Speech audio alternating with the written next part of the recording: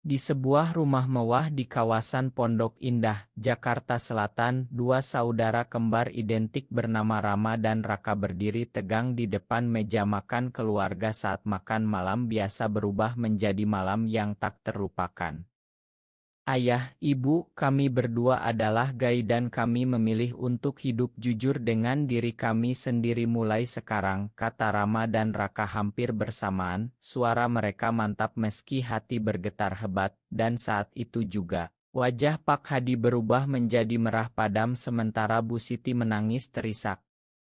Pak Hadi, seorang pengusaha properti sukses yang selalu bangga dengan tradisi keluarga Jawa Islam yang kuat, bangkit dari kursi kayu jati dengan tinju terkepal.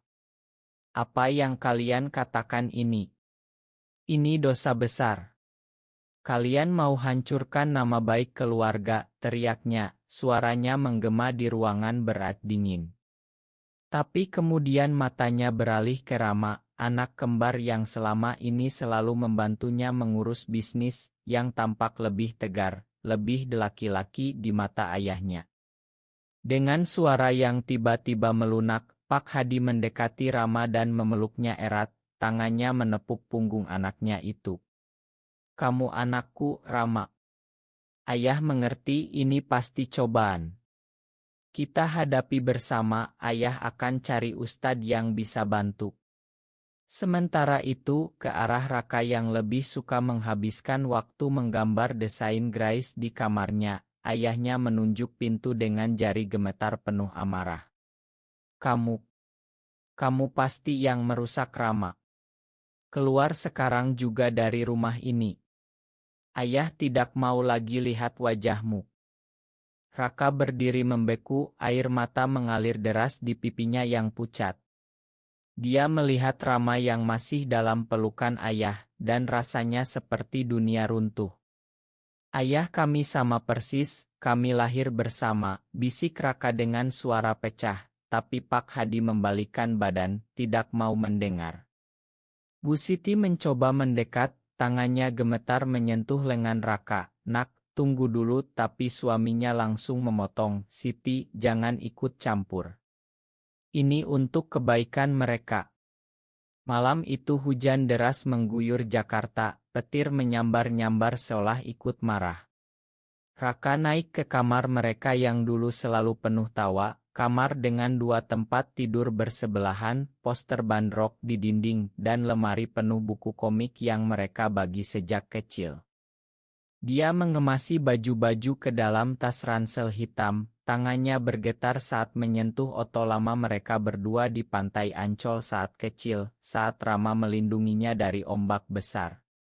Kenapa hanya aku yang harus pergi, gumamnya dalam hati, dada sesak oleh campuran sedih, marah, dan rasa dikhianati. Rama berdiri di ambang pintu kamar, wajahnya pucat. Raka, tunggu. Biar aku bicara lagi dengan ayah besok pagi. Kita sama, Kak. Aku tidak bisa biarkan kamu pergi sendirian. Raka menggeleng pelan, senyum pahit di bibirnya. Kamu sudah diterima, Kak. Ayah peluk kamu tadi. Aku harus cari jalan sendiri. Jangan khawatir, aku kuat. Dengan langkah berat, Raka turun tangga, melewati Bu Siti yang menangis di soa, melewati ayah yang berdiri membelakangi di depan pintu. Hujan deras langsung membasahi bajunya begitu pintu terbuka. Dia berjalan di trotoar licin, lampu-lampu mobil berkedip di jalan raya, suara klakson dan sirene ambulans jauh terdengar seperti latar belakang hidupnya yang kini kacau.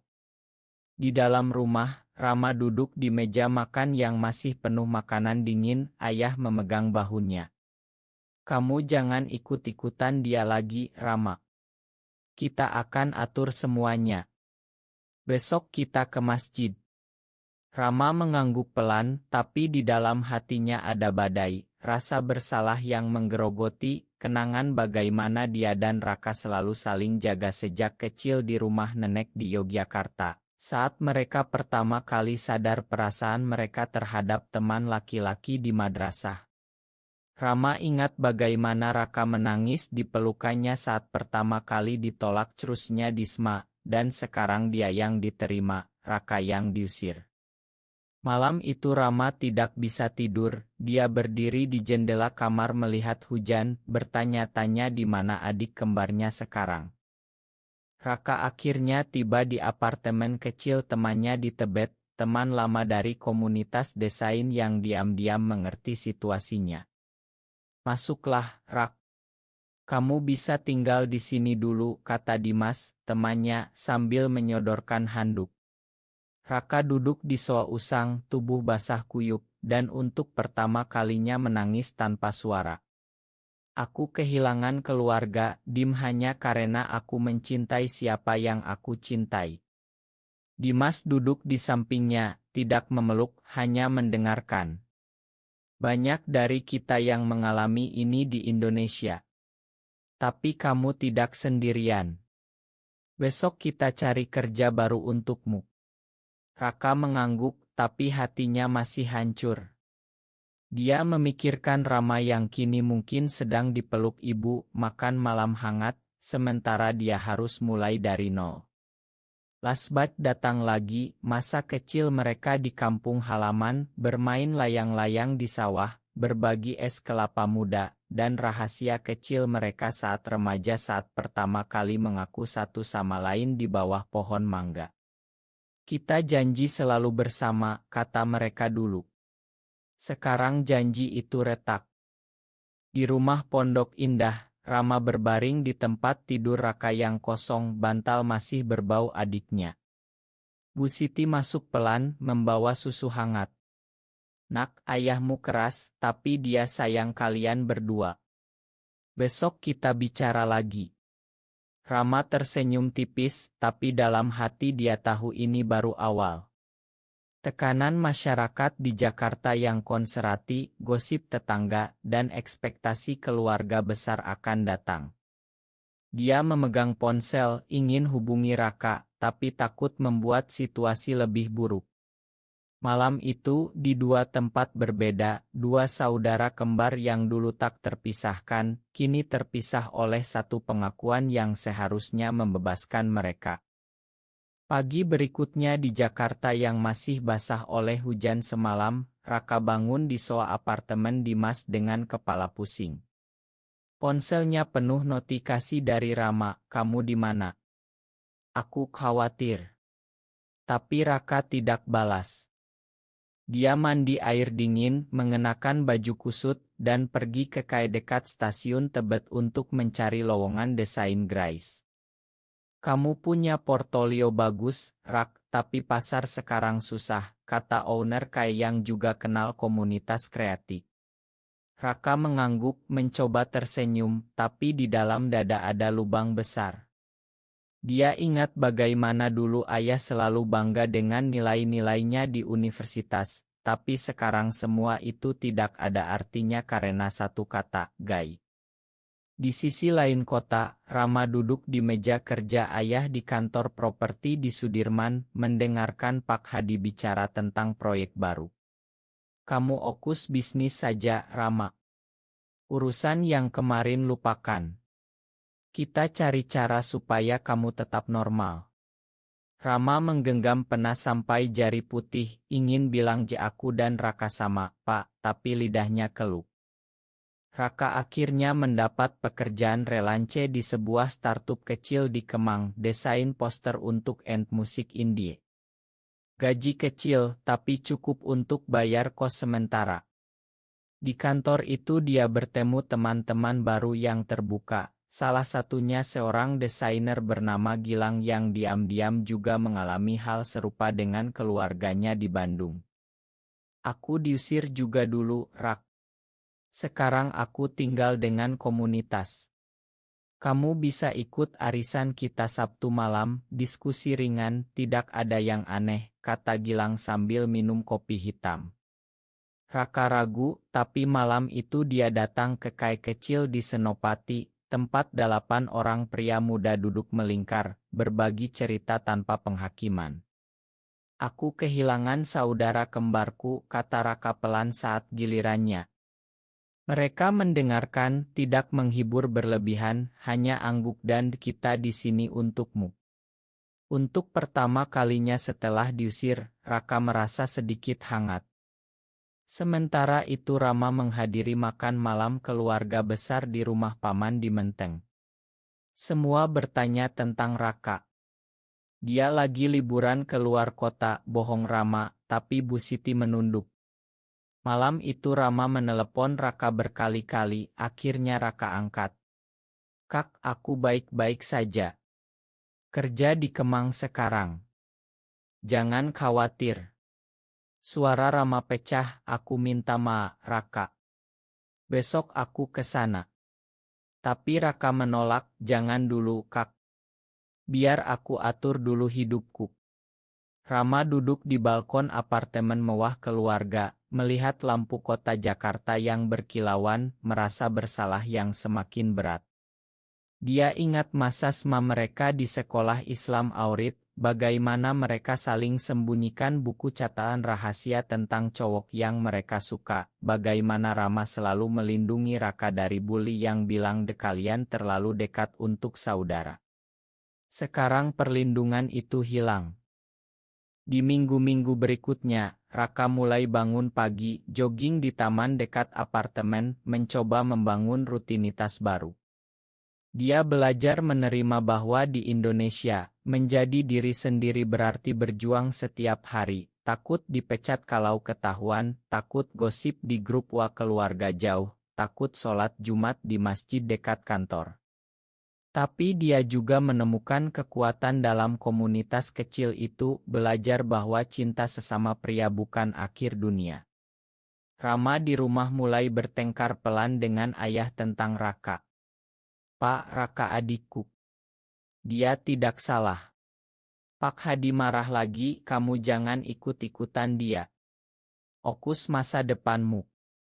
Rama merasa terjebak antara cinta keluarga dan cinta saudara. Suatu malam, Rama diam-diam kirim uang ke rekening Raka melalui transfer, tanpa pesan. Raka terima, tahu dari siapa, tapi tidak balas. Perpisahan itu mulai mengajarkan mereka berdua tentang arti kebebasan dan kesetiaan. Raka mulai melukis lagi gambar abstrak tentang dua bayangan yang terpisah tapi masih terhubung oleh garis merah tipis. Rama menyimpan foto lama mereka di dompet, setiap lihat selalu ada rasa sakit yang manis. Jakarta terus berputar, lalu lintas macet, hujan sore, dan dua saudara kembar belajar hidup terpisah untuk pertama kalinya dalam hidup mereka. 6 bulan berlalu, Raka sudah pindah ke kos kecil di daerah Kemang Ilage, hidup mandiri dengan gaji relance yang mulai stabil. Dia bertemu seorang pria bernama Adi di acara seni underground di Galeri Nasional. Adi seorang guru yang juga menyembunyikan identitasnya karena pekerjaan di sekolah negeri. Percakapan pertama mereka tentang seni dan mimpi, bukan langsung tentang cinta. Aku suka lukisanmu tentang kesepian, Raka. Seperti aku setiap pagi mengajar anak-anak sambil menyembunyikan siapa aku sebenarnya, kata Adi dengan senyum lembut. Raka merasa ada koneksi, bukan api cepat, tapi hangat yang lambat. Mereka mulai bertemu di KAE, jalan-jalan di Monas saat malam minggu, berbagi cerita tentang keluarga yang menolak. Raka cerita tentang Rama, Adi cerita tentang saudaranya yang masih tidak tahu. Hubungan mereka tumbuh melalui pengertian, pelukan pelan saat Raka menangis mengingat rumah, dan janji kita hadapi bersama. Rama di sisi lain sudah dipromosikan jadi manajer di perusahaan ayah, tapi kebahagiaan itu palsu. Dia bertemu seorang pria di gym elit di SCB, seorang akuntan bernama Ajar, tapi hubungan mereka penuh rahasia karena Ajar takut keluarganya tahu. Rama sering bertanya dalam hati, apakah ini yang ayah maksud dengan normal? Suatu hari Rama menerima pesan dari Raka, foto lukisan baru Raka, dua burung yang terbang berlawanan arah tapi tali merah di kaki mereka.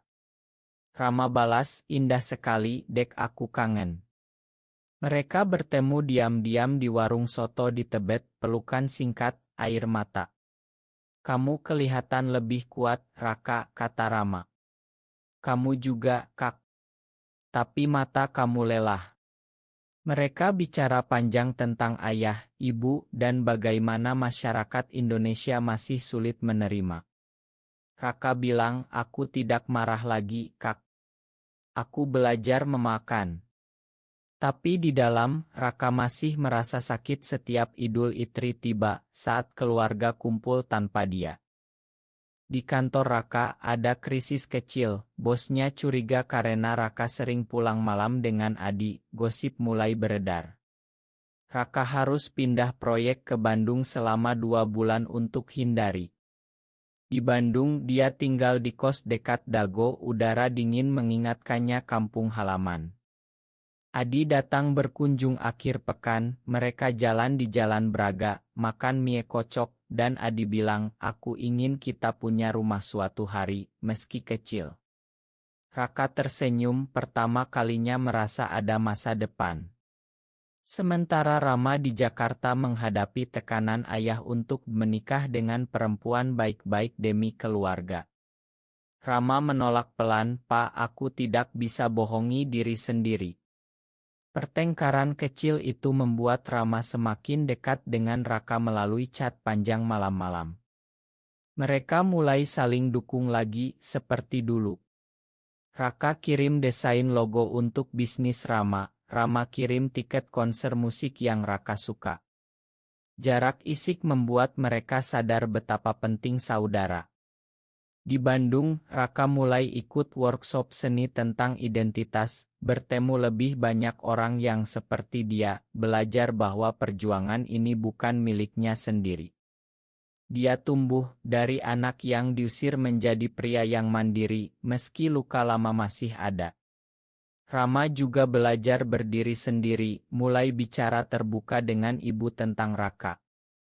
Bu Siti diam-diam kirim makanan ke alamat Raka melalui kurir tanpa ayah tahu.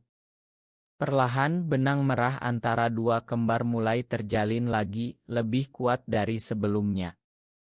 Di Bandung hubungan Raka dan Adi semakin dalam. Mereka tidak buru-buru, hanya berpegangan tangan saat jalan di Taman Cikapundung, berbagi buku tentang psikologi dan spiritualitas. Adi ajarkan Raka meditasi untuk atasi rasa bersalah, Raka ajarkan Adi melukis untuk ekspresikan emosi. Kamu bikin aku berani jadi diri sendiri, kata Adi suatu malam di balkon kos. Raka peluk dia pelan, kamu juga, Di. Aku tidak lagi merasa sendirian. Mereka bicara tentang masa depan, mungkin buka studio seni kecil bersama di Jakarta nanti. Sementara itu Rama akhirnya bertemu Raka di stasiun Gambir saat Raka pulang dari Bandung. Pelukan lama di peron, orang-orang lewat tidak peduli. Aku bangga sama kamu, Dek, kata Rama. Mereka makan malam di mal, cerita panjang tentang hidup masing-masing. Rama cerita tentang pertengkaran dengan ayah, Raka cerita tentang Adi. Dia baik, Kak. Seperti kamu dulu melindungiku. Krisis datang saat ayah Rama tahu tentang pertemuan mereka. Pak Hadi marah besar, ancam potong dana bisnis kalau Rama terus dihubungi yang berdosa itu. Rama marah balik untuk pertama kalinya, Raka bukan dosa, Pak. Dia adikku. Pertengkaran itu membuat Rama pindah ke apartemen sendiri di Kuningan. Dia mulai cari dukungan dari teman kantor yang terbuka, dan perlahan membangun keberanian. Raka di Jakarta sekarang punya pekerjaan tetap di agensi desain besar, gaji cukup untuk sewa apartemen kecil sendiri di Kemang. Dia dan Adi mulai rencana liburan ke Bali bersama, pertama kalinya Raka merasa bahagia sejati sejak diusir. Di Bali nanti mereka akan jalan di pantai, tapi sekarang masih rahasia. Rama juga mulai terbuka dengan Ajar, hubungan mereka lebih serius, meski masih hati-hati. Suatu hari Raka dapat undangan pernikahan sepupu, tapi tahu ayah tidak ingin dia datang. Dia putuskan tidak pergi, tapi kirim kado melalui Rama. Rama bawa kado itu dan di pesta bilang pelan ke ibu, "Ini dari Raka, Bu." Bu Siti menangis diam-diam di kamar mandi. Perlahan benih rekonsiliasi mulai tumbuh. Raka dan Rama bertemu rutin setiap 2 minggu, makan siang di Orchard, bicara tentang mimpi. Raka semakin percaya diri, lukisannya mulai dipamerkan di galeri kecil, tema tentang dua jiwa yang terpisah. Rama bangga posting di Instagram pribadi tanpa tag. Tekanan masyarakat masih ada, komentar di media sosial, tatapan di angkot, tapi mereka belajar abaikan. Raka belajar bahwa identitasnya bukan beban, tapi bagian dari dirinya yang membuatnya kuat. Rama belajar bahwa menerima saudara berarti melawan norma. Perjalanan mereka semakin selaras, meski masih ada luka. Tahun kedua, krisis besar datang.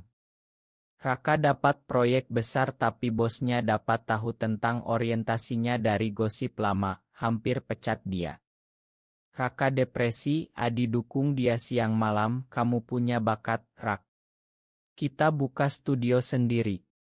Rama dengar dari ibu, langsung datang ke apartemen Raka dengan mobil, bawa makanan dan dokumen hukum. "Aku bantu kamu buka usaha, dek, ayah tidak boleh tahu dulu." Mereka bertiga, Rama, Raka, Adi, duduk semalaman rencanakan bisnis kecil, studio desain dan galeri. Tapi ayah tahu, datang ke apartemen Raka dengan marah. Konfrontasi besar di ruang tamu kecil, Pak Hadi teriak, Raka diam menahan air mata, Rama berdiri di tengah. "Pak, cukup. Kami berdua anakmu. Kalau bapak usir satu, usir dua-duanya." Bu Siti datang kemudian, peluk Raka untuk pertama kalinya setelah 2 tahun. "Makan ibu, nak." Air mata mengalir, Pak Hadi diam, wajahnya lelah. Dia tidak peluk Raka, tapi tidak usir lagi. Itu langkah kecil. Rama korbankan promosi jabatan untuk bela adiknya di depan ayah. Raka belajar memakan ayah secara perlahan, bukan lupa, tapi moe on Adi dan Raka semakin dekat, hubungan mereka jadi pondasi kekuatan. Di komunitas, Raka jadi speaker kecil di diskusi online tentang penerimaan diri. Rama dan Ajar juga mulai rencana tinggal bersama diam-diam, keluarga mulai berubah, makan malam bersama sekali sebulan, ayah masih kaku tapi tidak marah lagi. Raka tumbuh jadi pria dewasa yang mandiri, Rama jadi pelindung yang bijak. Konflik internal selesai dengan pengertian bahwa cinta keluarga bisa belajar. 3 tahun kemudian, di pantai Kuta Bali saat sunset, Raka berdiri memeluk Adi erat, ombak kecil menyentuh kaki mereka, langit jingga kemasan. "Terima kasih sudah ada di perjalananku," bisik Raka. Adi tersenyum, "Kita bersama selamanya." Rama dan Ajar duduk tidak jauh, tersenyum lihat adiknya bahagia. Keluarga sudah lebih menerima, ayah masih diam soal itu, tapi ibu sering telepon Raka, kirim foto keluarga. Rama dan Raka sekarang bisnis bersama, studio desain sukses di Jakarta, membantu anak muda lain yang seperti mereka. Perjalanan panjang dari pengusiran malam itu jadi cerita kekuatan dan pertumbuhan. 2 saudara kembar yang dulu terpisah kini lebih dekat dari sebelumnya, mengajarkan bahwa identitas bukan akhir, tapi awal dari hidup yang lebih autentik. Apakah sebuah keluarga benar-benar bisa memilih untuk mencintai hanya satu anak kembar sementara menolak yang lain hanya karena siapa mereka mencintai? Benar atau salah?